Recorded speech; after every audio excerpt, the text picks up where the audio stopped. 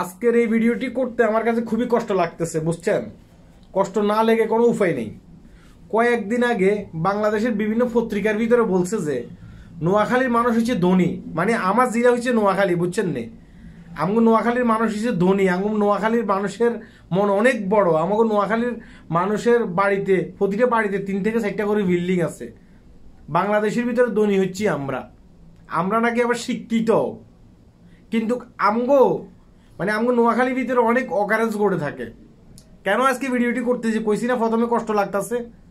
হ্যাঁ, কারণ নোয়াখালী কোম্পানিগঞ্জে আমাদের যে কবিরহাট আছে, কবিরহাট উপজেলায় একটা ছেলেকে, বুদ্ধি প্রতিবন্ধী একটা ছেলে, সে মানসিকভাবে ডিজর্ড, বুদ্ধি প্রতিবন্ধী একটা ছেলেকে সারা রাত ধরে নির্যাতন করছে গাছের সাথে বেঁধে, সারা রাত ধরে তাকে নির্যাতন করছে। তারা একটা চুরির অভিযোগ দিয়া নির্যাতন করে সকালবেলা কি করছে, গাছের সাথে বাঁধছে। ওই গাছের সাথে কিন্তু ছেলেটার মৃত্যু হয়েছে বাঁধা অবস্থায়। যারা এই নির্যাতনটা করছে, নির্যাতন করতে করতে তারা কি করছে, একটা ভিডিও ধারণ করছে। কথা কি বুঝতে পারছেন? আর কথা কি আপনারা বুঝারেন নাকি? আর নোয়াখালীবাসীদেরকে কইয়ের হেতারা ওই যে ইগেরে মাইতে আবার একটা ভিডিও ধারণ করছে। এই লোকটার ভিডিও ধারণ করে হে ভিডিও কি করছে, আবার সোশ্যাল মিডিয়াতে ভাইরাল করছে।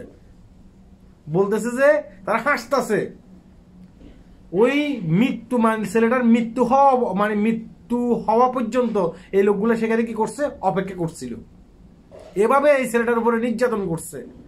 তাইলে আমগো নোয়াখালীর সুনামটা ওই লাভ হইল কি? কোনো লাভ হইছে? আমরা গর্ব করে বলতেছি আমরা পয়সাওয়ালা, বাংলাদেশের ভিতরে বেশিরভাগের রেমিটেন্স আমাদের বিদেশ থেকে আসে, আমরা নোয়াখালীরা আনি। লাভ কি হয়েছে? আমগো লাভ হয়েছে? যদি আমাদের ভিতরে বিবেকে না থাকে, আমাদের ভিতরে বুদ্ধি না থাকে, আমাদের ভিতরে মনসত্ববোধে না থাকে, আমগো লাভ কি হয়েছে? কোনো লাভ হয় না। একজন বুদ্ধি প্রতিবন্ধী ছেলেকে সারা রাত পর্যন্ত নির্যাতন করছে, নির্যাতন করতে করতে তাকে মারছে। তাদের ভিতরে একটু জ্ঞান ঢুকে নেই, তাদের ভিতরে একটু বুদ্ধি নেই, তাদের ভিতরে একটা বিবেক জাগ্রত হয় নাই। এই ছেলেটা যে সারা রাত একে মারলাম, একটু চিন্তা ভাবনা করে দেখি ছেলেটাকে আসলে সে কি বুদ্ধি প্রতিবন্ধী কিনা, তার মানসিকভাবে সমস্যা আছে কিনা, সেটা নিয়ে তাদের কোনো মাথা ব্যথা নেই। ছেলেটাকে মেরে ফেসবুক সোশ্যাল মিডিয়ার ভিতরে ভিডিও ভাইরাল করবো, এটা হচ্ছে তাদের একমাত্র চিন্তা ভাবনা। কেন আমি বলতেছি, আমি নোয়াখালীর মানুষ যদি মানুষই না হইতে পারে তাহলে টাকা পয়সা দিয়ে কি করবো? কয়েকদিন আগে আপনারা দেখেন এই কোম্পানিগঞ্জে একজন মহিলাকে গণধর্ষণ করা হয়েছে, তাকে উলঙ্গ করে আবার তার ভিডিও সোশ্যাল মিডিয়াতে ছাড়া হয়েছে। যাদেরকে গ্রেপ্তার করা হয়েছে তারা আওয়ামী লীগের লোক ছিল না? ফেভার কাঠিনটা আমার বাইর করতে একটু কষ্ট হবে, এই কারণে বাইর করতেছি না। আবার এদেরকে কি করছে, জেলখানায় নিয়ে গেছে, তাদেরকে 16 থেকে 17 বছর করে জেল দিছে। আবার কারো 3-4 বছরের জেল হয়েছে। তাহলে এই বড় বড় ঘটনাগুলো কই করতেছে? বেশিরভাগ আমাদের নোয়াখালীতে ঘটতেছে। তাহলে আমাদের শিক্ষা হয়ে লাভ হইল কি? আমাদের টাকা পয়সা হয়ে লাভ হইল কি? আমাদের বাড়িতে বিল্ডিং হয়ে লাভ হইল কি? আমরা বাংলাদেশে রেমিটেন্স যোদ্ধা হয়ে লাভ হইল কি? বাংলাদেশের ভিতরে, নোয়াখালীর ভিতরে নাকি বেশিরভাগে মানুষ হচ্ছে রেমিটেন্স যোদ্ধা, বিদেশ থেকে যেসব টাকা আসে বেশিরভাগে নোয়াখালীতে আসে। লাভ হইল কি?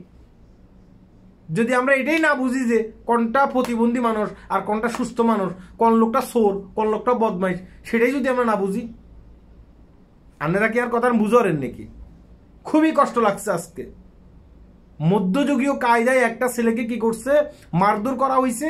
একবারও চিন্তা করলো না ছেলেটা কি বুদ্ধি প্রতিবন্ধী ছিল নাকি সুস্থ ছিল। যারা মারছে তারা তো আরো বেশি বুদ্ধি প্রতিবন্ধী, আমি মনে করি যে তাদেরকে অতি সত্ত্ব ধরে আইনের আওতায় আনা হোক। সেই যেই দলেরই হোক না কেন, এই অমানুষের বাচ্চারা যেই দলেরই হোক না কেন, তাদের বিচার হওয়া উচিত। বিভিন্ন পত্র পত্রিকাতে আসতেছে, গিয়ে দেখে আসেন।